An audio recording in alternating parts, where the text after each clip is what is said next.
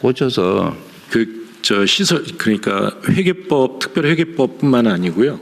그다음에 이제 지방기금법도 그렇게 돼 있습니다. 그 법 개정이 필요합니다. 네, 법 개정을 추진하시죠. 그게 꼭 불필요한데 돈 쓰고 있더라고 보니까.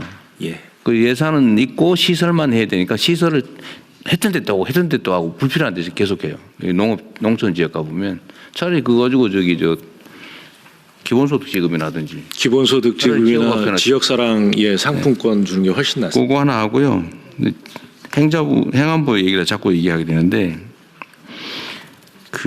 요 다음에 농식품부가 갑자기 왜 농촌 재생에너지 기본소득을 농식품부가 하고 있지? 지방 행안부에서 해야 되는 거 아니에요? 네. 지방자치단체들이 하는 농어촌이라고 해서 대통령님 농어촌이라고 해서 농림부가 하겠다 그러고 또 행안부는 지방이니까 행안부가 해야 된다 그래서 저희들은 뭐 잘하는 데서 하자. 그러면은 요 햇빛 연금 문제는 농식품부 얘기를 들어보고 얘기를 좀 하기로 하죠. 예, 농식품부 보고드리겠습니다. 농업농촌 발전 방안에 대해서 보고드리겠습니다. 올해를 돌아보면 산청에 산사태도 있었고 강릉에 가뭄도 있었습니다. 이게 기후위기 때문이라고들 말씀하시는 분들이 많은데요. 기후위기와 고령화, 지방소멸 문제의 핵심이기도 하고 농촌의 사실 문제이기도 합니다. 그런데 동시에 여주 구양리에 가서 보니까 태양광 발전을 통해서 주민들이 상당히 희망을 느끼고 있었습니다. 그래서 저는 이 두 장면이 대조적으로 우리 사회의 위기와 기회를 표현한다고 생각을 했습니다. 그래서 동시에 작은 정책의 전환으로 주민들의 삶을 바꿀 수 있다라는 생각을 하고 있고요. 우리가 지금 5극 3특 균형 발전을 논의하고 있는데 여기에서 사실 누락될 수 있는 게 작은 마을에서 살고 있는 농어촌 주민들의 또 삶입니다. 그래서 그런 각도에서 저희들이 지역 활력을 높이고 균형 발전과 혁신 성장에 기여할 수 있는 몇 가지 구상들을 준비해 봤습니다. 첫 번째로 재생에너지와 기본소득 등을 통해서 새로운 농촌의 지역 순환경제 모델을 구축하도록 하겠습니다. 먼저 농촌의 부존한 자원을 활용해서 에너지 자립마을을 확산시키고 있는 중이었습니다. 그런데 그 일환으로 영농을 하면서 동시에 태양광 발전을 통해서 영농형 태양광 활성화를 할 수 있는 그런 정책을 도입하고자 합니다. 이것은 재생에너지 지구를 통해서 집적화를 하고 반드시 농지 등의 규제 완화가 수반되어야 가능합니다. 그래서 저희들은 농지의 타용도 시설 사용 기간을 8년에서 23년까지 확대하고 이 사업의 주체로서 영농형 태양광이기 때문에 농업인과 농업법인이 함께 할 수 있는 이런 방안을 구상하고 있습니다. 동시에 여주 구양리처럼 공용부지를 활용해서 태양광 발전 수익을 마을의 공공기금으로 활용하는 햇빛소득마을을 올해 10개소 선정을 할 것이고 내년도에 100개소, 그래서 2030년까지 전국에 500개소 확대하려고 계획을 하고 있습니다. 그리고 동시에 인구 소멸 위기 지역의 농어촌 기본소득을 시범사업을 도입하려고 합니다. 아까 대통령께서 왜 이것을 농식품부에서 하느냐라고 말씀을 주셨는데요. 저희들이 하고 있는 기존의 돌봄 공동체 사업 등 연계 사업을 같이 함으로써 효능감을 좀 높일 수 있고 이것을 모니터링과 성과 분석을 통해서 확산할 가능성을 좀 검증해 보려고 합니다. 이때 신재생 에너지를 활용한 특히 태양광을 활용한 그 개발 이익을 기본소득의 자원으로 환원하는 모델을 구축하는 것이 매우 중요하다고 봅니다. 그리고 여기에는 신재생 에너지 활용의 자원이 되는 것이 농지를 포함해서 농촌 마을에 분포하고 있는 많은 마을 주민들의 공용 자원입니다. 그런 차원에서 저희는 이 재생에너지와 기본소득을 중심으로 새로운 농촌의 순환경제 모델을 구축하려고 합니다. 두 번째는 농촌하면 농사짓는 공간 이렇게 오해하기가 쉽습니다. 그런데 농촌은 농사짓는 공간임과 동시에 사람들이 살아가는 삶터이고 농업 이외에 다른 연관된 비즈니스를 하는 일터이면서 많은 분들이 관광을 하고 쉬기 위해서 오는 또 쉼터로서의 공간이기도 합니다. 이런 차원에서 농촌을 이렇게 다기능적 공간으로 바꾸어서 균형 성장에 기여할 수 있다고 봅니다. 저희들이 지금 하고 있는 건 순창과 신안군이 필두로 해서 계획을 수립했는데요. 자기 지역을 특성에 맞게 농촌 공간 계획이라고 해서 다양한 특화지구까지 구현한 이런 모델들을 만들고 있습니다. 내년까지는 139개 시군이 농촌 공간 계획을 모두 수립하게 됩니다. 그리고 농촌 안에는 빈집이 굉장히 많습니다. 인구가 줄어들면서 빈집이 문제거리로 등장을 했는데 실은 빈집은 문제가 아니라 자원으로 재생할 수 있는 가능성이 매우 높습니다. 농촌 빈집 7만 8천 호를 저희들이 조사를 완료했고 이것을 재생할 수 있도록 농촌 빈집 정비 특별법을 연내에 제정을 하고 지금 빈집 은행을 통해서 농촌 빈집이 거래가 될 수 있도록 그런 작업도 추진 중에 있습니다. 동시에 농촌 생활권 조성 재생을 지원하는 농촌 협약 프로그램이 있습니다. 이 농촌 협약 프로그램을 지방시대위원회와 함께 지역발전 투자 협약으로 연계해서 범부처 통합 지원할 수 있도록 확대하도록 하겠습니다. 다음 페이지입니다. 농촌은 넓은 면적의 인구가 분산 분포하기 때문에 기초 서비스의 공급에 있어서 양도 부족하고 질적으로도 굉장히 조악합니다.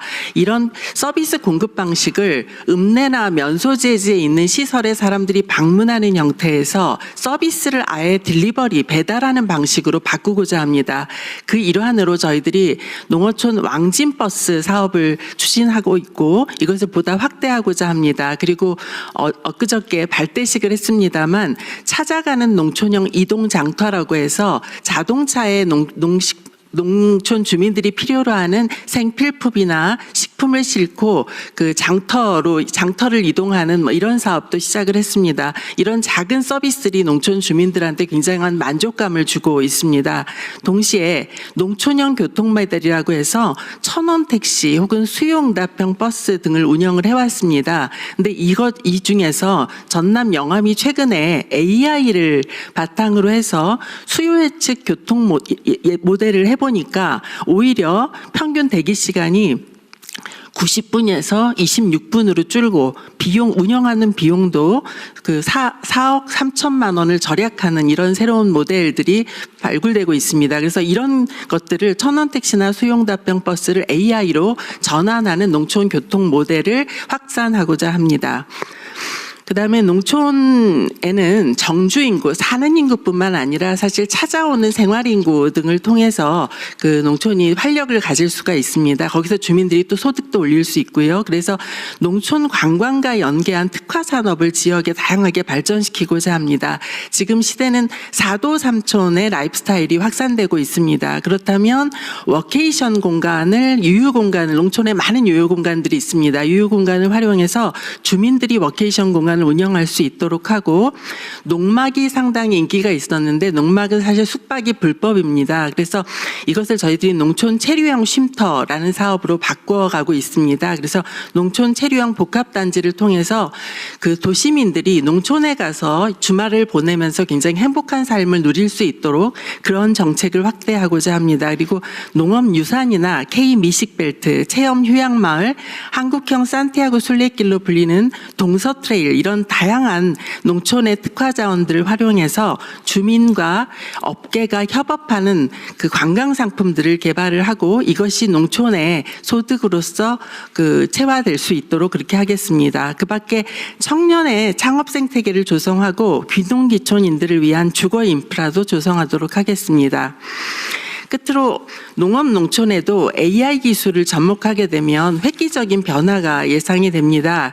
일단 농업 부문에 있어서 스마트팜이라는 것이 있는데 스마트팜에 AI를 적용하게 되면 훨씬 더 고도화된 모델을 만들 수가 있고요. 그다음에 농촌의 생활 환경에 있어서도 아까 수요응답형 교통 모델이 보여준 것처럼 굉장한 편리성을 확보할 수 있게 됩니다. 그래서 농업농촌 전 분야의 대대적인 AI 접목을 통해서 농업농촌을 발전시키고자 합니다.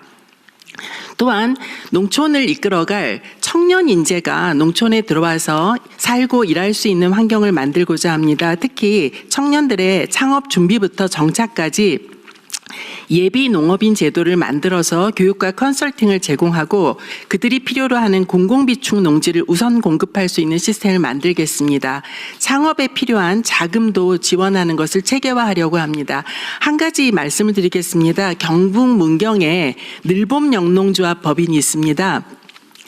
여기에서는 지주에서 주주로라는 슬로건을 내걸고 굉장히 작은 토지를 가지고 있는 농업인들로부터 토지를 모아서 110헥타 규모로 규모화를 했습니다. 그런 다음에 완전한 기계화와 이모작 등을 통해서 여기에 참여한 주주로서 참여한 이분들에게 농가소득을 2배 이상 올려주는 이런 실증을 한 바 있습니다. 저희는 이러한 공동영농 모델을 전국적으로 확산하고자 하고 2030년까지는 100개 정도의 공동영농 모델이 전국적으로 확산해서 청년들이 이곳에서 취업하고 일할 수 있는 그런 농촌을 만들도록 하겠습니다. 이상입니다. 네, 수고하셨습니다. 아까 얘기했던 걸 마저 좀 하면 좋겠는데 일단은 공공 서비스를 사회적 기업에 위탁하는 걸로 전환하는 것은 정부 차원에서 체계적으로 총리실이 아예 주관을 해서요. 이건 아예 별도 기획 정책으로 시작해 주시고요. 그것까지 포함해서 하겠습니다. 네. 농촌이 지금 인구 밀도가 낮아지면서 이게 지금 방치되어 있는 유휴 토지들이 많잖아요, 그죠? 예, 많습니다. 그리고 구양리 사례도 보면은 그냥 돈 드는 것도 없고 그냥 하니까 동네 사람들 먹고 사는데 도움되고 수익도 생기고. 예, 그렇습니다. 뭐 엄청나게 노력한 것도 솔직히 아닌데 기획으로. 네. 근데 이게 왜 전국에 26년에 100개밖에 못 합니까?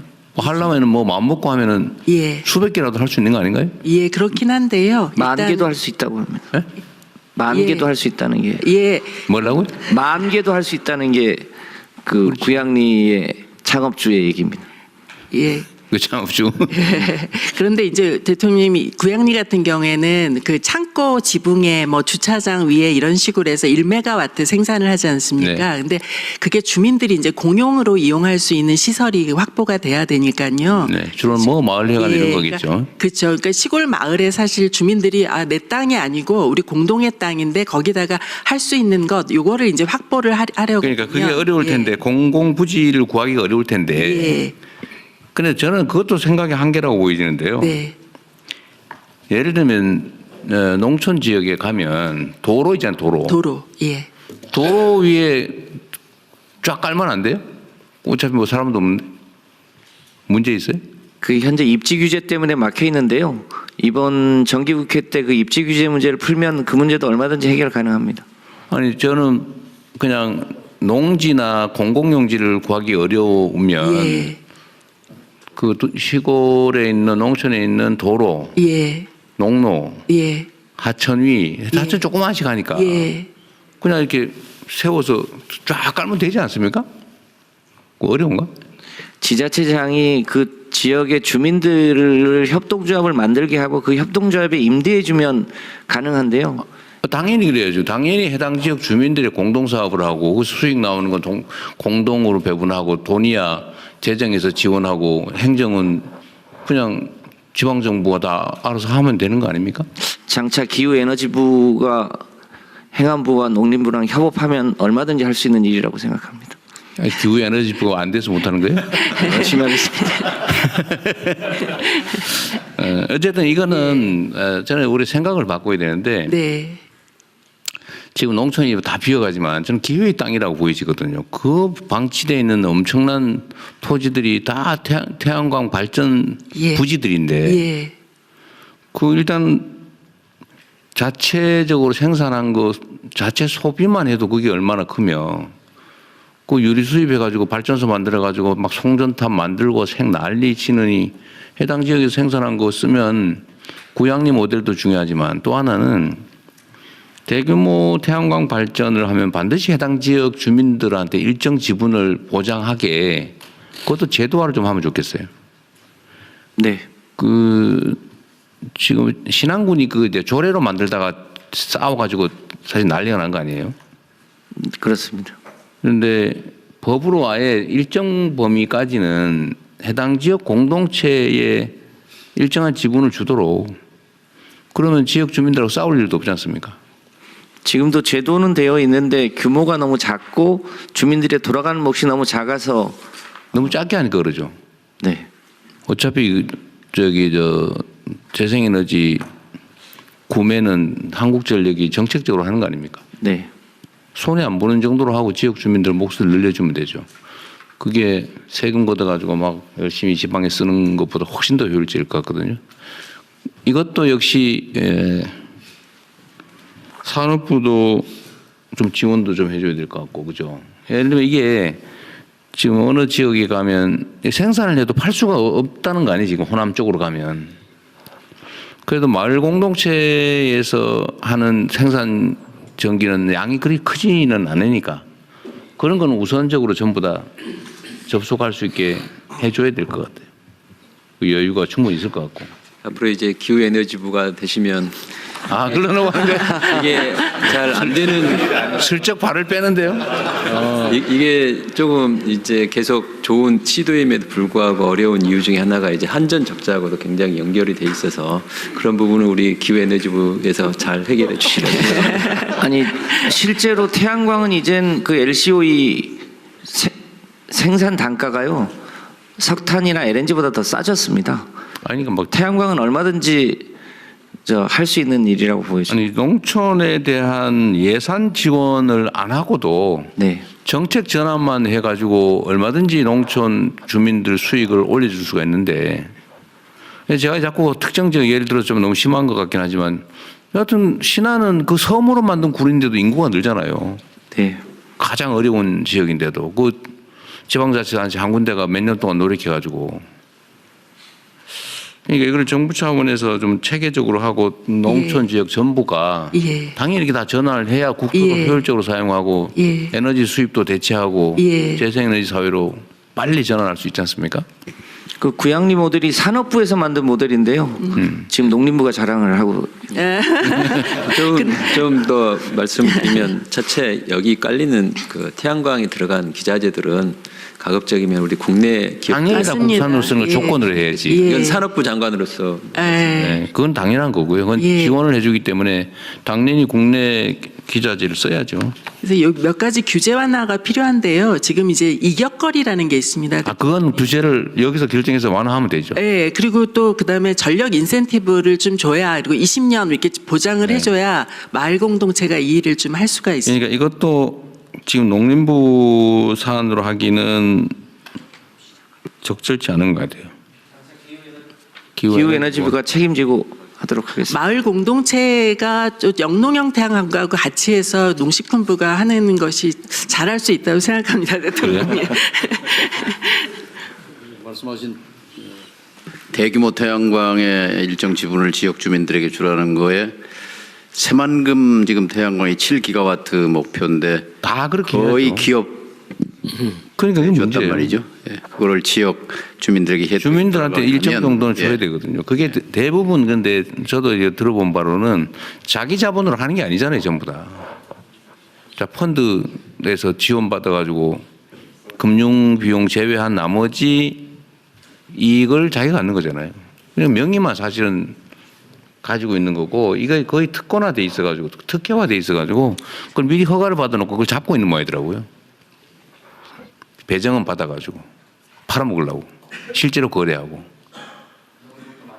예, 그러니까 주식회사라니까 주주가 바뀌면 방법이 없는 거니까, 그죠? 그래서 이것도 실태 조사도 좀 잘해가지고 저번에 이거 회수하고 있었잖아요. 저 허가 내준 거. 네, 지방 호남 지역 지금 회수하고 있습니다. 회수하고 있잖아요. 예. 예, 그것도 좀 더 엄격하게 조사해가지고 다 취소시키고 그렇게 하겠습니다. 웬만하면. 어쨌든 이게 지방이 사는 아주 핵심 장치 중에 하나이기 때문에 요거는 이것도 역시 국무총리실에서 조정을 좀 해야 될 것 같습니다. 너무 의혹들이 많으셔가지고 가장 효율적으로 될 수 있는 걸 협의체를 만들든지 아예 전담 부서를 하나 만들든지 그래야 될 것 같아요.